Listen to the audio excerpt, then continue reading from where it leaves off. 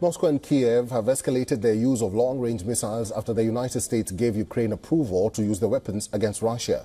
Our next story explains how long-range Western missiles changed the calculus in the region.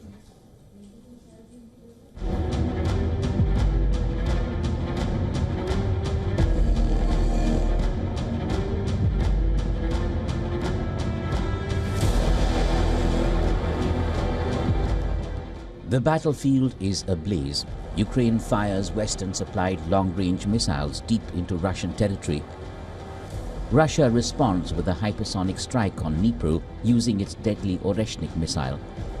Russia says its air defenses had shot down 8 ballistic missiles fired by Ukraine without saying what kind of missiles were used or where they were shot down.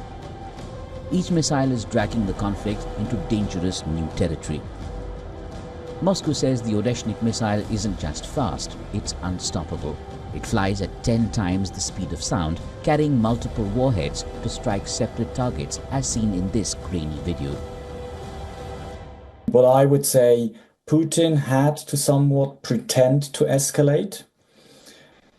However, he's also shown what Russia is still capable of. And so, of course, the Western powers have taken note, even though, of course, the question is, will they try to call his bluff?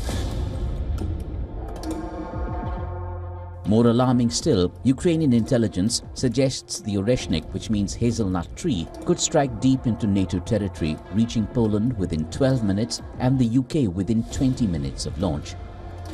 It appears dangerous, but I think we should also not let ourselves be intimidated and cowed by these threats from Russia and by its escalatory actions. That's precisely what Putin wants. He wants to really cow the Western countries and the Ukrainians into saying, okay, we give up. Russia boasts its experimental hypersonic missile cannot be intercepted. Ukraine is worried and is demanding advanced air defense systems from the West to shield itself from Russian missiles. Western nations now face an acute dilemma. While Ukraine urgently seeks advanced air defense systems like Patriot and THAAD, NATO countries hesitate to deploy these sophisticated platforms. Their reluctance stems from concerns about exposing cutting-edge military technology to Russian and Chinese intelligence analysis. Unlike Russia, which flaunts its new weapons, the West traditionally keeps them under wraps. The race to gain a battlefield edge intensifies as both sides prepare for a potential shift in US policy, with Donald Trump's impending inauguration in January. For NATO, this escalation underlines the growing urgency to balance support for Ukraine against the risk of direct confrontation with Moscow. Bureau Report, WION World is One. Dov Zakheim is a former Under-Secretary of Defense in George W. Bush administration and currently Senior Advisor at Center for Strategic and International Studies. Is now joining us live from Washington, D.C. Mr. Zakheim, thank you very much for joining us and making time for us. Welcome to the show. How dangerous are these missile games and what message is Putin trying to send with the deployment of Oreshnik? Well, obviously any missile that has the power of what Putin just launched is quite dangerous, as are the ATACMS and Storm Shadows. The ATACMS, of course, is the American system. Storm Shadow is the British system, which have a quite long range and can hit inside Russia. I mean, both of them are very, very dangerous by definition. I think that what one has to consider, first of all, as I believe your Angela Stent, your previous speaker, said, it is critical that Ukraine and the West that's backing Ukraine do not back down. The use of this medium-range ballistic missile, frankly, was there to intimidate Ukraine and, even more importantly, to intimidate the West. After all said and done, Putin, at roughly the same time that the Ukrainians were firing ATACMS for the first time, had signed off on a new nuclear doctrine that essentially said that any kind of serious attack against Russia could prompt a nuclear response. And that, of course, was geared again toward essentially scaring the West away from helping the Ukrainians.